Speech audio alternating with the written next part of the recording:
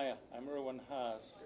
We're here with the Libertarian Party of West Michigan, and we're going to interview several presidential candidates for the Libertarian Party. I have Governor Gary Johnson here. Welcome, Governor. Thank you.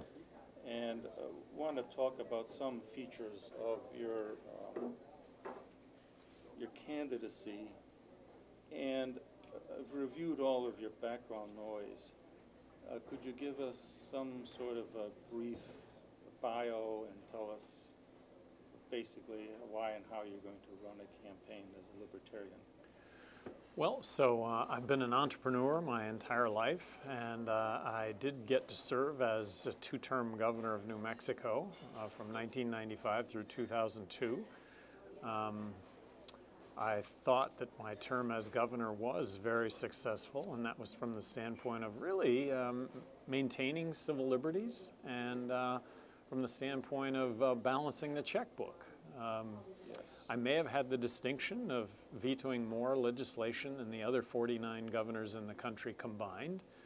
So when it came to spending money for things that I didn't think were going to make a difference in anyone's life other than to cost more money and to take more time to comply with, I stood up for that.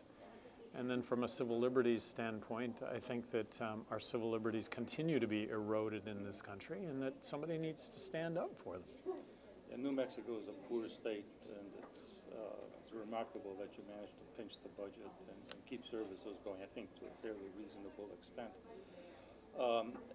And I think you're married now, and... Actually engaged to be married. Okay. Engaged to be married. I'm in love. Kate Prusak. We have very similar interests, and anyway. Okay. And you're a mountain climber, and you do all sorts of nervous and so I remain an athlete, competitive athlete, so mountain biking and skiing are two of my passions. I live just north of Taos because the skiing there is as good as anywhere on the planet, and yes, it is indeed. I get to do it. Right. And as far as your platform, I gather that you're fiscally conservative and have and socially kind of liberal, so you kind of believe in that we should have more open availability for drugs that we want to use on our own, that prostitution might be okay. These are not federal questions, but... Well, I've advocated since 1999 legalizing marijuana. I think that we should control it, we should regulate it, we should tax it. I think that when we legalize marijuana, and I say when because 4 months ago Gallup came out with a poll and 50% of Americans now support legalizing marijuana. I think that when we do that, I think as a country we're going to take giant strides toward rational drug policy, which starts with looking at the drug problem first as a health issue rather than a criminal justice issue. Very good. And then there's other issues such as gambling, prostitution, that seem to crop up routinely in conversations among libertarians. Well, in this case, in the case of prostitution, we do have one state where it's at least legal in parts of the state, and that would be Nevada. And although I've never engaged the services of a prostitute, nor would I have any intention of doing so in the future, if I were to be in that marketplace, where would be the only place that you could do that safely? And by that I mean not contracting HIV, hepatitis C. Well, that would be Nevada. You're absolutely correct, right. And gambling, because that's such a crazy topic these days with the Indian casinos. Well, gambling is perhaps one of the best examples of politically connected. Who gets to own the casinos, and shouldn't we all be able to engage in that equal opportunity, if you will? Good. I've got two areas of concern. One is our relationship to Israel. Could you describe exactly what your feelings are about how we should regard Israel? How does this relate to the... Well, I think Israel has been and will remain an important ally. I have met with Netanyahu. I've met with Shimon Peres. I've met with Ariel Sharon. I think it's a mistake for us to believe that we're going to be able to dictate what Israel is or isn't going to do.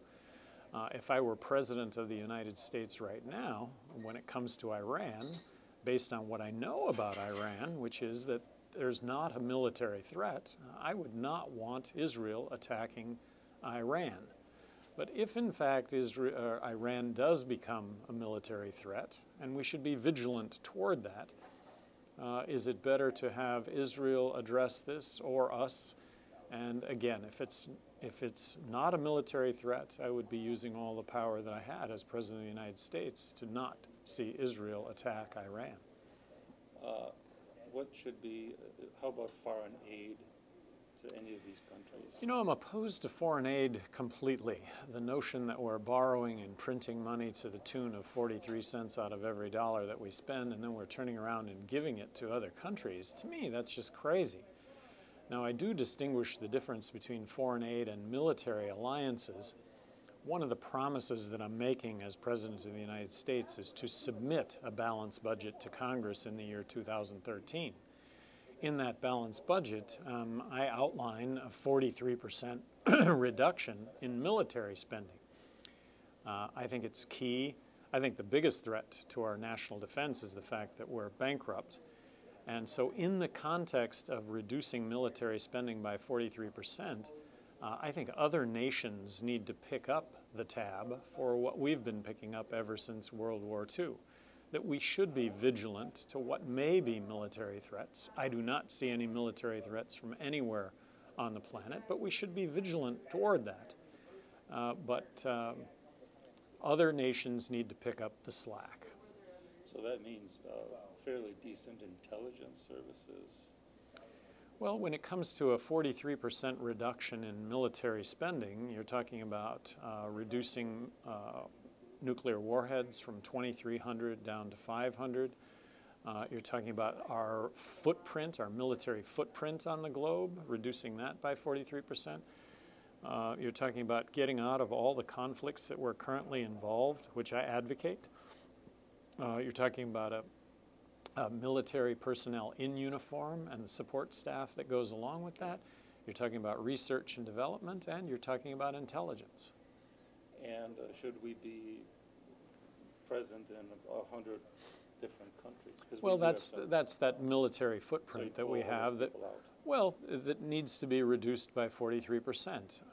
Like I say, I think that we need to operate in the context of balancing our revenues with expenditures. That's the biggest threat facing our country today, is the fact that we're on the verge of a monetary collapse unless we actually balance the federal budget. So how would you distribute the military forces as you reduce them? In other words, the Army is basically used for invading countries. The Navy is more concerned with projecting power in places like South Pacific, opposite China. Well, so when you look at all of military spending, I think a 43% reduction across the board. Well, by across the board, I pointed out what ends up to be that 43% reduction. The nuclear warheads, our footprint on the planet, military footprint, the engagements that we're currently involved in, military in uniform, the support staff that goes along with that. So you would encourage Israel to stay out of initiating a war on their own side? Based on what I know now. Again, I don't think anyone wants to elect a president that's not going to be vigilant and understanding of what circumstances are. If I found that circumstances changed, I would be very transparent about what that information was and why I deemed that as a military threat. Now, supposing that Israel does start aggression against Iran, what do you think you would end up doing a priori, knowing what we know right now? Well, that's my point, is that knowing what I know, based on what I know right now, that there is not a military threat from Iran. that Iran is an unintended consequence of us taking out Iraq. It is, yes. Their only concern was waking up every morning to what Saddam Hussein or Iraq was going to do to them. We take them out. That's why we're dealing with this right now. I think it's a similar situation to Iraq, and I opposed going into Iraq in 2003.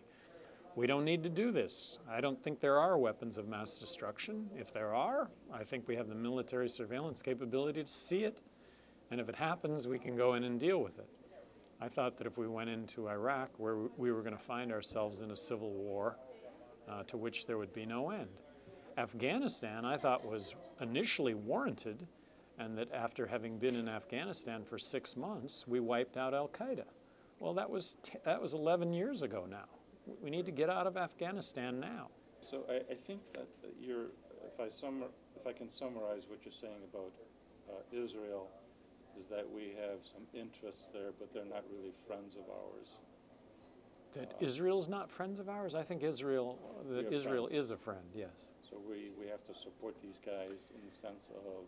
Well, I think that we've been responsible for the creation of Israel. If you go back to the UN and Harry Truman, and Yes. I think we've put this in place. And so what should be our nourishing role towards Israel? Well, that they are an ally, that they will remain an ally, and that in that context, that's what I firmly believe. Okay, but you would not necessarily follow them into some war that they initiated. But if No, Iran showed that- nor would I any ally that the ally would initiate. But I think allies are what they are for a reason. That we do have allies and that we do share common interest. But no, never following blindly what an ally may or may not do. Good. Okay.